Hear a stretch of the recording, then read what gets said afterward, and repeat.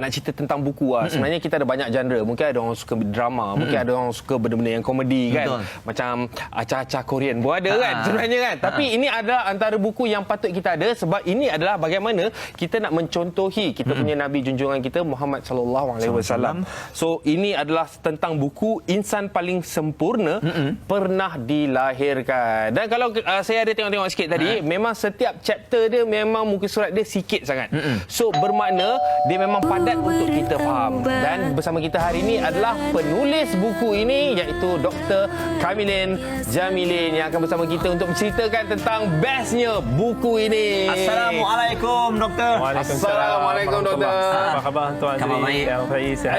Alhamdulillah. Sila duduk. Wow. Itu dia. Kalau kita tengok dia punya penulis ni muda lagi sebenarnya. Muda umur tapi kita je. Umur kita. Tapi kalau tengok pada apa yang dia pernah lakukan jawatan dia merupakan ahli Majlis Fatwa Termuda Wilayah Persekutuan dan Perlis dan kini berkhidmat sebagai pensyarah kanan di Fakulti Pengajian Quran dan Sunnah Universiti Sains Islam Malaysia. Beliau merupakan pengasas Home Tafiz di KJ. Wow. Hebat tu. Begitu banyak pencapaian Doktor umur berapa doktor? Kalau don't mind me asking. Ramai kata 18. Alamak, muda sangat tu. Tapi umur sebenarnya dah 35. Tengok, nampak? Betul lah. Betul lah doktor. Hebatlah. Betul, Begitu sama banyak kita. pencapaian doktor. Saya pun macam malu duduk sebelah doktor. Kau duduk sini pula. Sama juga nampak. Umur kita sama. Oh, sama. Sama-sama duduk lebih kurang. Jadi doktor kalau kita tengok pada buku ni idea ialah kita tahu Nabi junjungan kita menjadi contoh terbaik untuk umat Islam. Ya. Tapi dari segi pemahaman mudahnya untuk kita memahami untuk baca ni mesti pengolahannya berbeza. Ya. Jadi macam mana doktor dapat idea untuk mengasihkan buku ni? Sebab saya tengok kebanyakan kita kata buku-buku yang berkaitan dengan sejarah Nabi SAW kebanyakannya dia akan cerita tentang kronologi peristiwa kan. Tapi mungkin tak banyak yang ceritakan tentang kepribadian Nabi SAW untuk buatkan kita lebih kenal macam mana sifat dia, macam mana dia punya karakter, macam mana dia punya yang boleh menimbulkan kita punya kecintaan. Sebab kalau kita tengok orang kalau tak kenal ni, orang Melayu pun beritahu kan, kalau kita tak kenal maka kita tak cinta. Jadi nak kenal tu orang nak kenal dia baik, orang nak kenal dia sifat macam ni barulah akan timbul. Sebab tu dalam ni saya ceritakan tentang selain daripada rupa paras, sifat macam mana Nabi SAW berinteraksi dengan pelbagai lapisan masyarakat. Ada even jiran tetangga sebagai seorang ayah. Betul. Dengan wanita, dengan musuh sekalipun yang merangkumi pelbagai aspek yang buatkan kenapa orang akan jatuh cinta dengan Nabi kita SAW. Kan itu antara benda-benda yang patut kita tahu sebenarnya untuk kita mencontohi. Itulah sebenarnya sunnah. Kalau kita mengikut apa yang telah dilakukan. Dan saya dengar ada juga beberapa rakan-rakan kita yang bukan beragama Islam juga turut ambil buku ni untuk dijadikan bahan bacaan. So macam cuba ceritakan sikit betapa simpelnya benda ni sampai orang bukan Islam pun berminat dan tertarik untuk membaca dan mengambil pengajaran pula tu. Alhamdulillah saya sendiri pun asalnya tak menjangkakan buku ni mendapat sambutan yang begitu meluas lah. Alhamdulillah setakat 20 hari dah terjual 9,000 naskah. Dan sebab ramai yang beli dan ada juga yang hadiahkan kepada kawan-kawan, kepada keluarga. Jadi antaranya ada yang hadiah kepada non-Muslim, sahabat-sahabat non-Muslim. Kemudian kita dapat respon lah daripada ada yang hantar mesej, ada yang hantar pada penerbit, ada yang hantar pada saya. Jadi bagi tahu ada yang even ada yang hantar pada Muslim, tetapi dia Muslim yang dah macam goyang tau. Sampai satu mesej yang saya dapat tu bagi tahu dia orang tu dah sampai tahap mungkin dah hampir inilah hampir hilang kepercayaan kepada Tuhan. Jadi bila dia baca buku ni dia rasa macam dia kenal balik, dibuatkan dia nak kenal balik siapa tu Nabi kita SAW, nak mendalami agama tu lebih. Dia kata alhamdulillah saya jumpa sinar balik dalam kehidupan. Seorang lagi pula ada yang mesej kata saya hadiahkan kepada non-Muslim. Mungkin sahabat non-Muslim tu pun mungkin dia ada kaji tentang Nabi tapi kadang-kadang ada yang dapat gambaran yang salah. Tapi bila dibaca baru dikenal lebih dalam. Alhamdulillah saya sangat gembira kalau kata apa yang kita hasilkan ni dapat menjadi asbab hidayah. Dan itu juga ramai yang minta juga untuk kita terjemahkan ke dalam bahasa Inggeris.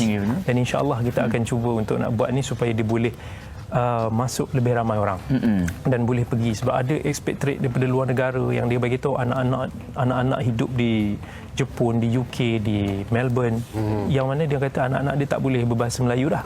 Jadi dia orang nak bagi anak-anak dia baca dalam bahasa Inggeris, dan insya-Allah kita sedang usahakan, insya-Allah tak lama lagi mungkin akan keluar edisi bahasa Inggerisnya. Okey, dan dalam pendekatan yang doktor buat kan untuk mendekatkan ialah buku ini dengan anak-anak muda, itu sesuatu yang agak sukar juga sebenarnya, sebab kita tahu anak-anak muda ni lain keinginan dia.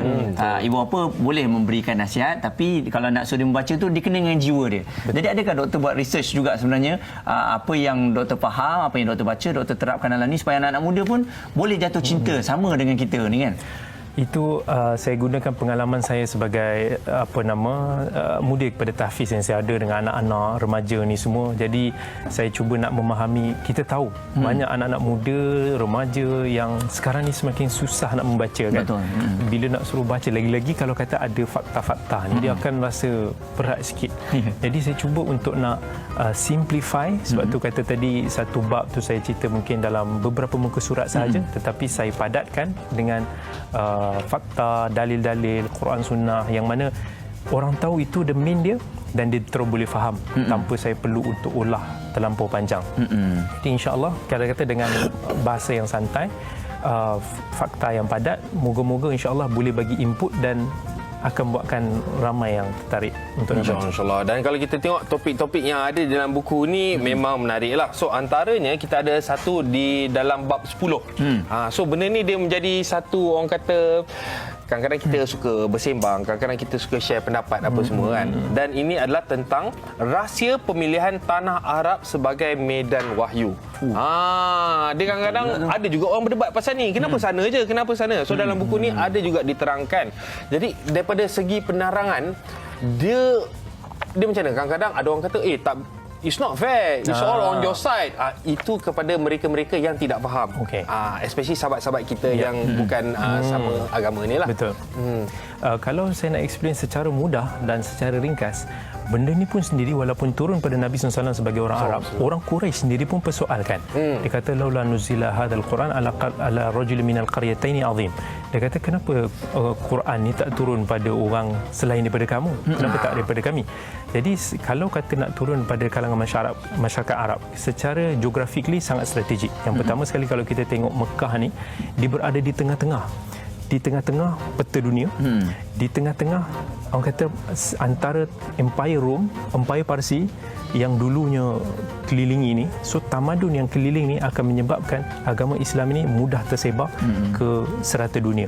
Dan satu lagi, dia tanah Arab ketika itu tidak dipengaruhi oleh mana-mana tamadun Rom. Kalau tengok tamadun Rom ni belah Eropah atas yang ke arah Syam, sekarang ni Syria semua, dan tamadun Parsi ni belah Iraq yang belah ke sana ni. Tapi tak masuk ke dalam tanah Arab. Jadi kalau Islam itu diturunkan dalam negeri-negeri yang ada ketamadunan ni, orang akan question, kata Islam ni adalah hasil idea dan falsafah ketamadunan Yunani daripada falsafah ni, tapi turun pada masyarakat Badui yang tak tahu menulis, tak tahu membaca.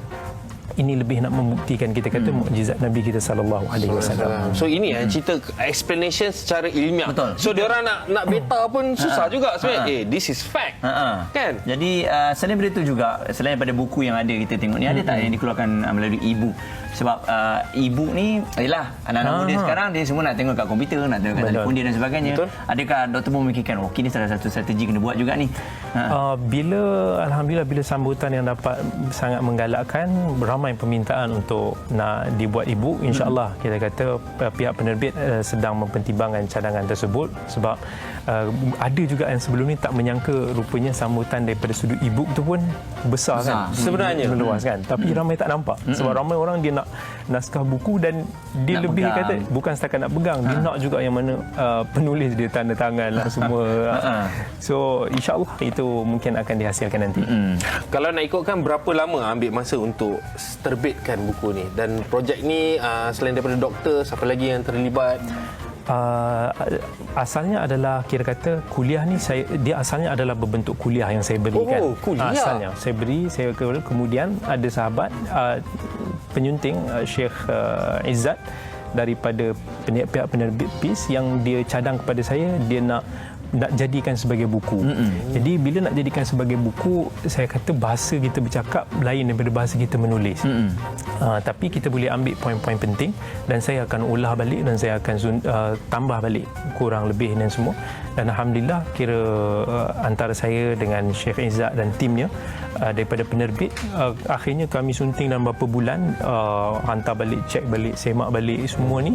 So lebih kurang saya rasa ada dalam 3-4 bulan proses dia dalam nak menghasilkan semua. Dia editing tu yang paling penat sekali semua. Pemilihan ayat, pemilihan bahasa. Sebab setiap kali kita revise, alamak, Ada je kan.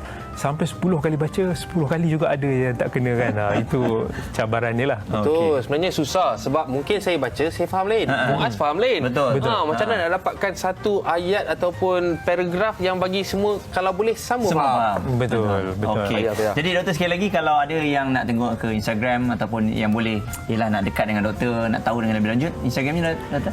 Saya selalu update saya punya penulisan perkembangan. Pertama sekali di Facebook saya, Kamilin Jamilin Seni Hadis, dan juga di Instagram saya Dr. Kamilin Jamilin Official. Yang itu dua media yang saya selalu upload lah. Dan siapa yang nak buku ni pun ada pada penerbit sendiri, boleh tengok website dia Karya Peace. Saya pun ada update dalam Facebook dan Instagram saya, dan juga sahabat-sahabat yang jual Abu Talha, Akmal, Hadi Akmal dan lain-lain lah. Okey, terima kasih doktor kerana bersama dengan kami, kerana berkongsi tentang buku yang sangat-sangat menarik, dan anda patut dapatkan buku ni untuk mengetahui lebih lanjut apa sebenarnya yang ada di dalam. Betul. Yeah. Doktor ni jadi hadiah kepada kami doktor. Saya hadiahkan terus. Weh, Alhamdulillah. kau terus checkmate doktor ni. Terima kasih, punch sikit. Saya baca sikit, saya dah jatuh cinta kan. InsyaAllah saya Terima hadiahkan. kasih doktor. So nak cerita tentang sunah-sunah yang ada, salah satu sunah adalah perniagaan, berniaga. So kita nak bawa doktor pergi ke satu kedai menjual nasi lemak.